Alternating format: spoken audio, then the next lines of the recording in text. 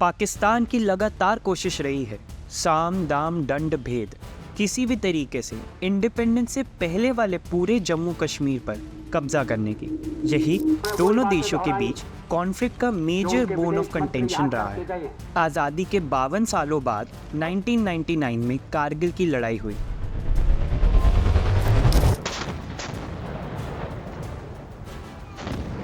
Lahore declaration sign करने में कुछ टाइम बाद ही शुरू हुई ये लड़ाई पूरे 2 महीने तक चली रही।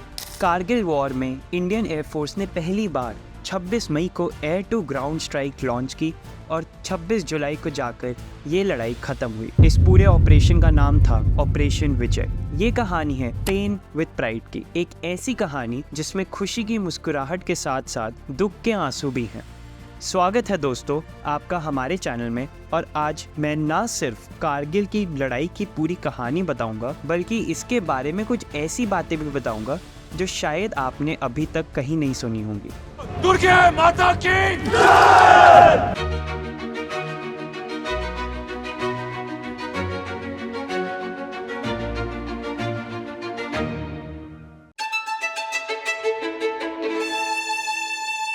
तो पहले कुछ ऐसी घटनाएं जान लेते हैं जिससे आपको इस लड़ाई के पूरे घटनाक्रम को समझने में आसानी रहेगी।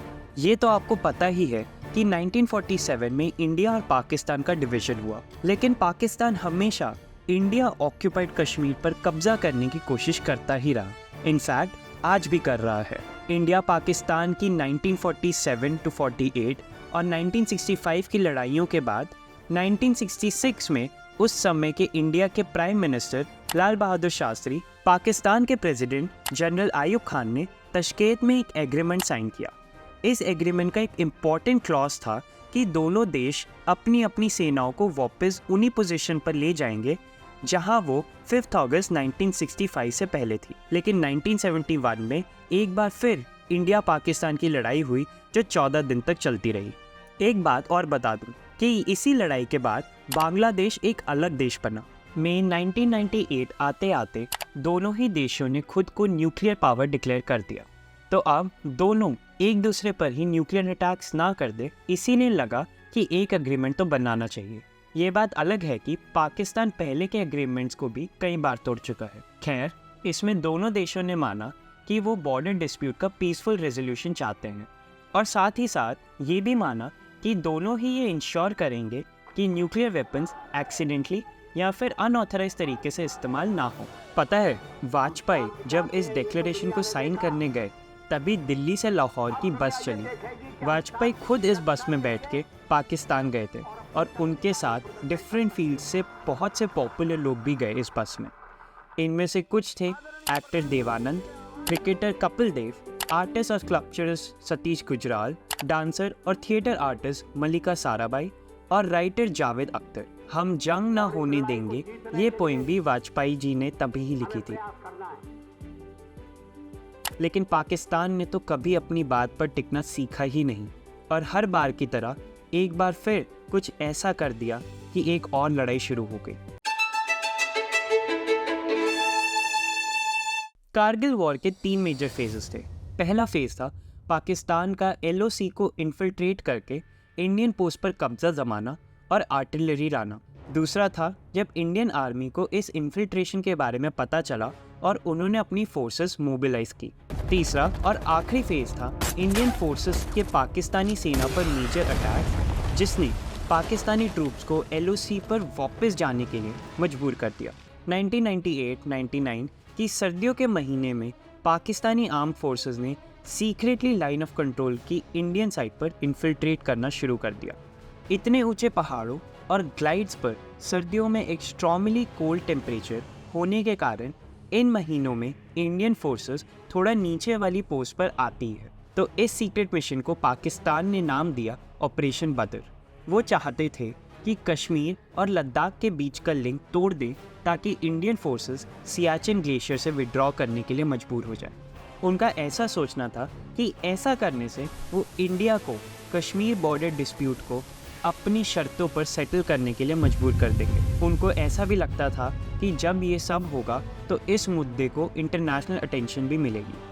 आपने ताशी नमग्याल का नाम सुना है? ये उस इंसान का नाम है जिसने अगर सही समय पर इंडियन आर्मी तक पाकिस्तानियों के आने की खबर ना पहुंचाई होती तो पाकिस्तानी इंडिया में जाने कितने अंदर तक पहुंच जाते। अक्सर लोग कहते हैं ना कि अगर कुछ गलत होता है तो यही सोचो कि इसमें हमारे लिए कुछ अच्छा ही होगा। ऐसा ही तब भी हुआ। ताशी एक लोकल शेपर्ड यानी चरवाहा था। 3 मई 1999 को वो अपने एक दोस्त के साथ अपनी खोई हुई याक को ढूंढते ढूंढते जुब्बर लंगपा स्ट्रीम से करीब 5 किलोमीटर दूर तक चला गया।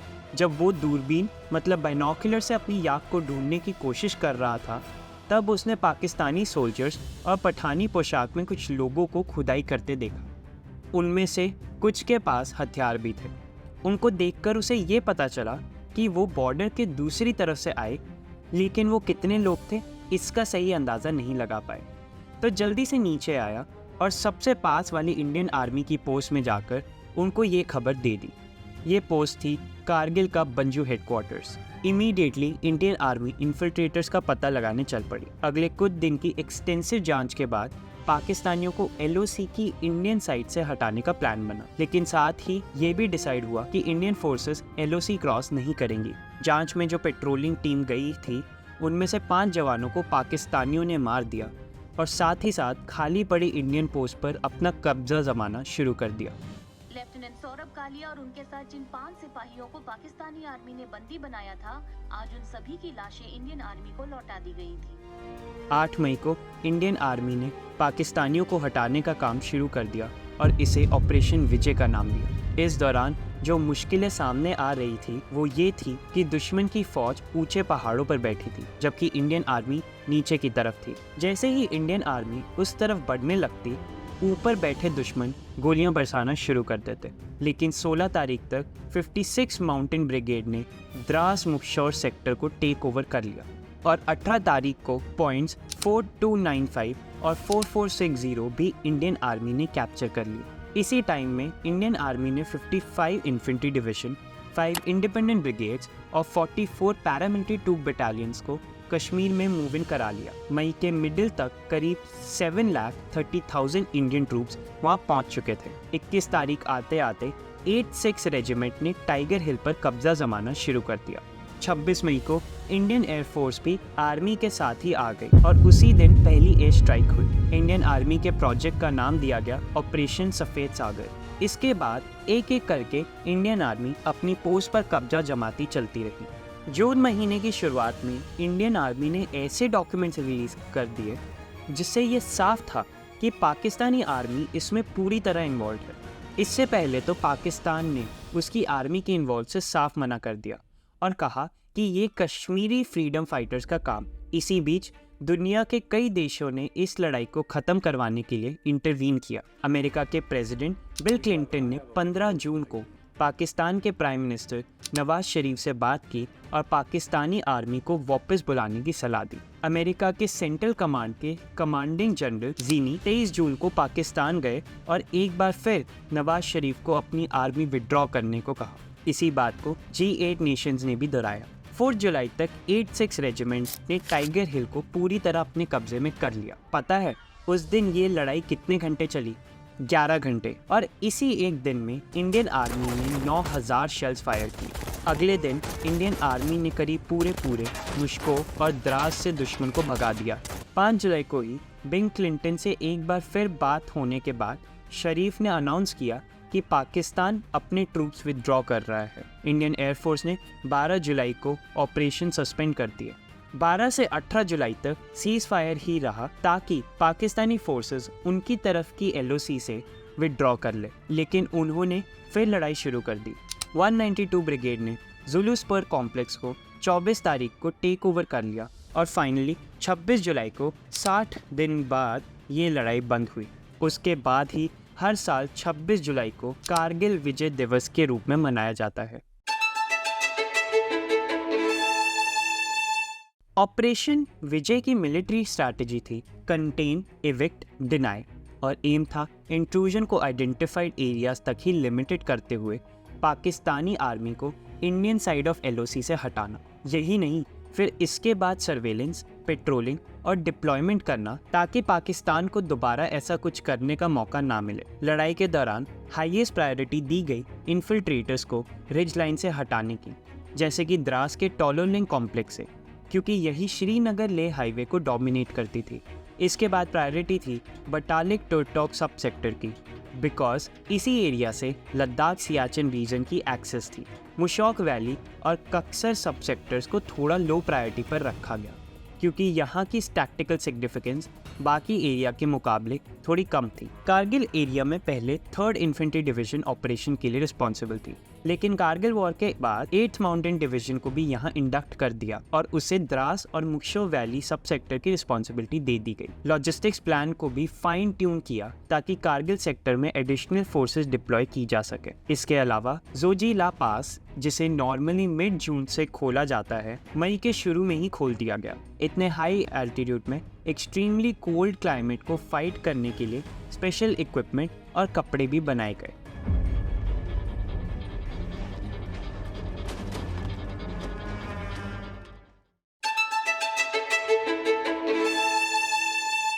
ये कहानी तब तक पूरी नहीं होगी जब तक हम कारगिल में शहीद हुए जवानों के बारे में बात ना कर लें। कारगिल की लड़ाई में इंडिया ने अपने 527 बहादुर जवानों को खोया। उनके सैक्रिफाइस का कर्ज हम आज भी नहीं चुका पाएंगे, बट आई एम श्योर कि 26 जुलाई को वो जहाँ भी होंगे उनके चेहरे पर मुस्कुराहट तो आई होगी। उनके सबके बारे में इस वीडियो में बताना पॉसिबल नहीं है, पर कुछ हीरोज़ के बारे में मैं आपको ज़रूर बताऊँगा। या तो मैं तिरंगा लहरा के आऊँगा, फिर तिरंगे में लिपट के आऊँगा, लेकिन आऊँगा ज़रूर। ये कहना था कैप्टन विक्रम बत्रा का। अफसोस कि वो तिरंगे में लिपट कर वापस आए। कोई फिक्र न कर जानी, मैं तिरंगा लहरा कर आऊंगा, नहीं तो उसमें लिपट के आऊंगा, लेकिन आऊंगा जरूर। आता हूं। ट्रेनिंग पूरी करने के बाद इस लड़ाई से सिर्फ 1.5 साल पहले दिसंबर 1997 में ही उन्होंने जम्मू और कश्मीर राइफल्स की 13 बटालियन को ज्वाइन किया था। टोलोलिंग नुल्ला को ओवरलुक करती है पीक 5140 को रिकैप्चर करने में उनका बहुत बड़ा कंट्रीब्यूशन रहा। इस मिशन का उनका सक्सेस सिग्नल पता है क्या था? ये दिल मांगे मोर। सर, दिल मांगे मोर। उन्हें लोग प्यार से शेरशाह भी कहते थे। उनको मरने के बाद इंडिया का हाईएस्ट और मोस्ट प्रेस्टिजियस अवार्ड परमवीर चक्र दिया गया। Late Captain Vikram Batra receiving the Paramveer Chakra for the sacrifice of his son. एक और जाबाज थे ग्रेनेडियर नायब सूबेदार योगेंद्र सिंह यादव। टोलोलिंग टॉप को कैप्चर करते हुए 12 जून को हमने जिन 2 ऑफिसर, 2 जूनियर कमीशन्ड ऑफिसर और 21 सोल्जर्स को खोया, ये उन्हीं में से एक थे। इनकी घातक प्लेटून ने रस्सी के सहारे दुश्मन की गोलियां खाते हुए भी टाइगर हिल पर चढ़ना नहीं छोड़ा और ऊपर जाकर पाकिस्तानी सोल्जर्स पर ग्रेनेड फेंके।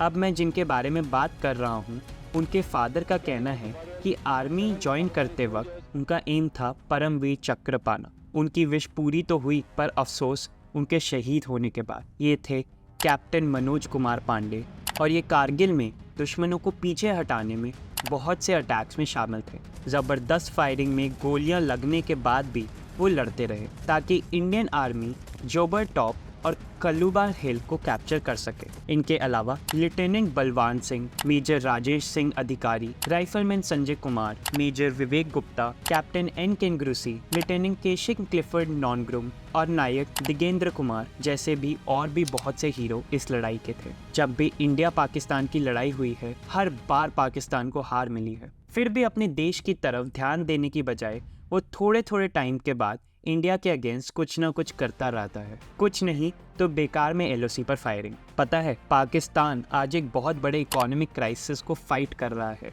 जहाँ यूएस डॉलर की इंडियन करेंसी में कीमत करीब 83 रुपीज़ हैं, वहीं पाकिस्तान की करेंसी में ये अराउंड 283 रुपीज़ हैं।